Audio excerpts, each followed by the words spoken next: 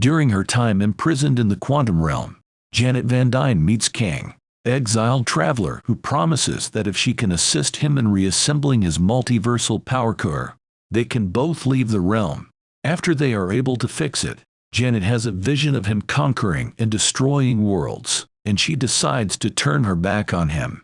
Outmatched, Janet makes his power core unusable by enlarging it with her PIM particles, further isolating them in the realm. After the Battle of Earth, Scott Lang has now become a successful memoirist and has been cohabitating with Hope Van Dyne in the present.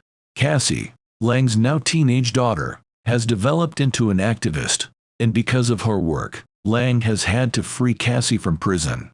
Cassie discloses that she has been developing on a device that can make contact with the quantum realm while visiting Hope's parents, Hank Pym and Janet. As Janet learns this, she becomes terrified and tries to turn the device off, but the message is heard, causing a portal to open and drag the five of them into the quantum realm. When Hope, Janet, and Pym explore, the natives who are in uprising against their monarch find Lang and Cassie. Lang and Cassie are found by natives who are rebelling against their ruler. While Hope, Janet, and Pym explore a sprawling city to get answers, Lord Krylar, a previous ally of Janet's, tells Hope, Janet, and Pym that things have changed since she departed B, and that he is now working for Kang, who is now in charge of the kingdom. After being forced to leave, the three hijack his ship. The rebels' leader Jintora informs the Langs that Janet's association with Kang was a contributing factor in Kang's insurrection. The robotic minions in Kang's ranks soon begin attacking the rebels. It turns out to be Darren Cross, who survived his apparent death at Lang's hands. The Langs are brought before Kang, who threatens to kill Cassie unless Lang helps him recover his power core. Lang is brought to the core, where he contracts. When Hope shows up, she saves him from drowning in a sea of versions of himself and helps him get the power core. Nevertheless, Kang breaks the agreement, seizing Janet and destroying the spacecraft that Pym was aboard. Pym assists Lang and Hope as they travel to Kang after being saved by his ants, which were also drawn into the quantum realm, swiftly developed, and turned hyper-intelligent. Cassie, who is still in prison, frees Jintora, and together they launch an insurrection against Kang and his soldiers. During the fight, Cassie appeals to Cross' character, which convinces him to turn sides and fight Kang, though this costs him his life. When Pym, Hope, Cassie, and Janet travel home via portal, Janet restores the power core. However, Kang attacks Lang and almost beats him to death. Hope reappears as Lang and she decimate the power core and push Kang into it, pulling him into oblivion. Lang and Hope can go back home after Cassie reopens the portal on her end. As Lang joyfully carries on with his life, he starts to question what he was told about Kang's passing being the beginning of something bad, but ignores it.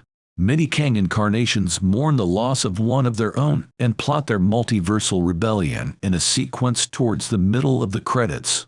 In a post-credits scene, Loki and Mobius spot another Kang variant named Victor Timely in the 1920s. There are some drawbacks to this movie, most of which are limited to some cringe-worthy dialogue and a few actors who didn't really make me care about the characters, but overall, I didn't find them to be all that bothersome.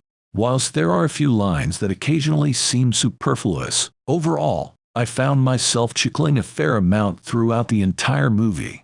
Given that they couldn't film in the quantum realm and only had a fraction of Avatar's 11-year production budget, I think the CGI in this movie is quite excellent. Do not expect to cry after seeing this movie because there aren't many sequences that will make you cry. This movie did a fantastic job of setting up what's to come with this new phase, but at the expense of sidelining its key characters and their arcs. In this movie, Paul Rudd and Michael Douglas performed satisfactorily, but nothing particularly noteworthy. Although Evangeline Lilly received little screen time, the scenes she did have were good. Although her chemistry with Paul Rudd was enjoyable, Catherine Newton's portrayal of Cassie didn't quite grab me. She occasionally comes off as a little cheesy. But the real takeaway from this movie was the performances of Jonathan Majors and Michelle Pfeiffer. I occasionally thought Janet's character to be more amusing than Ant-Man and the Wasp themselves. Her relationship with the quantum realm intrigued me, and she offered one of the finer performances in this film. The real star of this film, though, was Kang. I thought Majors gave a fantastic performance, but I felt like Kang wasn't given nearly enough screen time to fully realize his potential and the threat he would pose to the remaining members of the Avengers. I firmly believe that the film would have benefited from an additional 20 to 30 minutes to allow for character development and story arcs to be fully realized. But overall, I thought this was a fun trip to the movies. The post-credit sequence isn't a must-watch unless you've been keeping up with the Disney Plus series, in which case it's a fun tease at things to come. But the mid-credit scene has a significant impact on this next phase despite how silly it occasionally comes off. Given how powerful Kang the Conqueror is in both written and verbal form, I suppose it was briefly unsettling how quickly his role was fulfilled. I might have been quite disinterested in the movie due of this alone because I was anticipating a lot more in future roles for the character. Not only this idea of him, but also overall how strong he is with science, technology, and time travel. I'm going to give the movie 5 stars after a quick evaluation and contemplation due of the role Marvel plays in it. The picture was great in every aspect, with wonderful humor, stunning special effects, and an engaging storyline. There's a terrific lead character, and a lot to think about knowing previous movies, and the overall baseline is someone's a hero and someone's a supervillain. Nevertheless, it kind of is one of those films that are simply straight to the point. It's like eating a lollipop and chewing it to get that delicious flavor because it's better than swallowing it. Take previous films with Thanos as an example. He was a brilliant lead, and this is after all in the same timeline. Different timelines, the multiverse, and quantum universe. Overall, I'm very glad I saw it in a theater with surround sound, a big screen, and people watching. Phase 5 got off to a tremendous start with Quantumania. Before I entered the theater, my expectations were pretty high, and I was very pleased with the outcome overall. Phase 4 of the MCU's visual effects has undoubtedly had its ups and downs, but Quantumania really went all out and might be the visual effects department's best effort to date. Scott, Hope, and Hank, the original Ant-Man cast members, are still the charmingly awkward characters we've come to love from the previous film. Because Janet only appears briefly at the conclusion of Ant-Man 2, she develops into a key player in this film as she sets up the quantum realm, the main setting, and the main antagonist of the multiverse story.